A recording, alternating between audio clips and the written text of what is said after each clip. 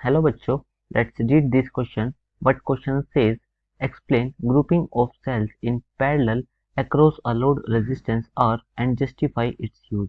So question में हमें दे रखा है कि आपको एक लोड रेजिस्टेंस के अक्रॉस ग्रुपिंग ऑफ सेल्स बतानी है जब वो पैरेलली अटैच किए जाते हैं एंड उन सभी का यूज भी बताना है। तो मैं इस क्वेश्चन से रिलेटेड आपको की कंसेप्ट बता देता हूँ कि इस क्वेश्चन में की कंसेप्ट क्या यूज हो रहा है। जैसे आपके पास सेल्स गिवन है कि लेट्स से आपके पास पहली बार है जिसमें E1 सेल लगा हुआ है विद इंटरनल रेजिस्टेंस R1 और ये कुछ इस तरीके से है। और ऐसे ही इसके नीचे दूसरी वायर है जिसका सेल E2 है और इसमें इसका इंटरनल रेजिस्टेंस R2 एंड ये वाला कंप्लीट हो जाएगी।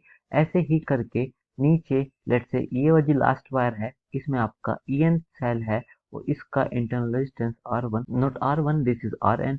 सो ये सारे यहाँ पे कनेक्ट हो चुके हैं, तो अब सर्किट कंप्लीट कर देते हैं। और ये कुछ इस तरीके से सर्किट कंप्लीट कर दिया हमने। तो यहाँ पर हमें जो इसका नेट ईएमएफ निकालेंगे, दिस इज नेट ईएमएफ। मैं इसको नेट ईएमएफ लिखता हूँ। इसके पास जो हमारे पास फॉर्मूला होता है, this is E1 upon R1 plus E2 upon R2 plus E3 upon R3 dash dash dash EN upon RN upon इन सब के नीचे डिवाइड में आ जाएगा 1/R1 plus 1/R2 plus 1/R3 and 1/Rn। ये आपके पास नेट ईएमएफ आया है अगर कभी भी जितने सेल्स हैं वो पैरेलली अटैच्ड होते हैं। और एक चीज और ध्यान देंगे कि जो मैंने इसमें पोलैरिटी ली है सबकी सेम ली है, मतलब अगर ये पॉजिटिव टर्मिनल है ये नेगेटिव है तो इसके नीचे वाला भी ये इधर की साइड पॉजिटिव रहेगा, इसके नीचे की साइड नेगेटिव रहेगा। ऐसे ही मतलब मैंने इधर की साइड पॉजिटिव लिया है और इधर की साइड नेगेटिव, तो इस वजह से जो आपके सबके साइन देखोगे फॉर्मूले में वो प्लस ही है। अगर इन केस ये वाले जो साइन है अगर अपोजिट हो जाता, मतलब कि जैसे आपका जो फर्स्ट सेल है दिस इज E1, ये तो ऐसे ही था, बट इसके नीचे का जो सेल है इसकी पोलैरिटी चेंज कर देता, तो क्या होता कि जो मैंने यहाँ पे साइन लिखा है ना प्लस, इस प्लस की जगह बस जैसे मैंने E2 है यहाँ पर माइनस साइन आ जाता। मतलब फिर इस केस में आपका फॉर्मूला बनता E1 upon R1 minus E2 upon R2। अगर इसके नीचे का जो साइन है वो पॉजिटिव इधर रहता और नेगेटिव इधर रहता, तो आपका यहाँ पे प्लस ही आने वाला था, this is plus E3 upon R3 up to EN upon RN।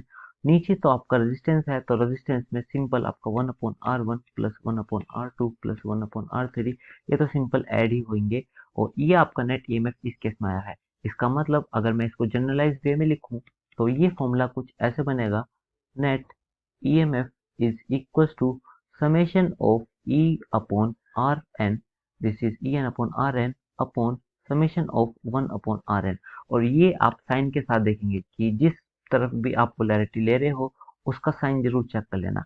ये आपके पास नेट ईएमएफ इन पैरेलल आ चुका है। मैं यहाँ पे लिख देता हूँ नेट ईएमएफ इन पैरेलल।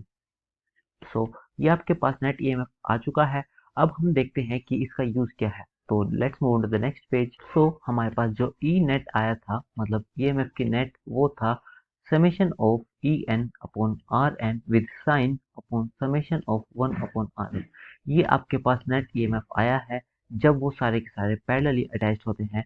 और इसका यूज ये है जो हमने ओम्स लॉ में पढ़ा था, potential is directly proportional to current.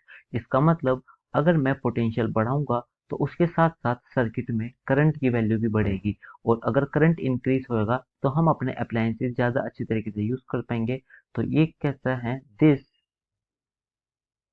Helps to increase और maintain the amount of current supply. तो यही इसका आंसर हो जाएगा। I hope you guys understood this. Thank you so much, take care.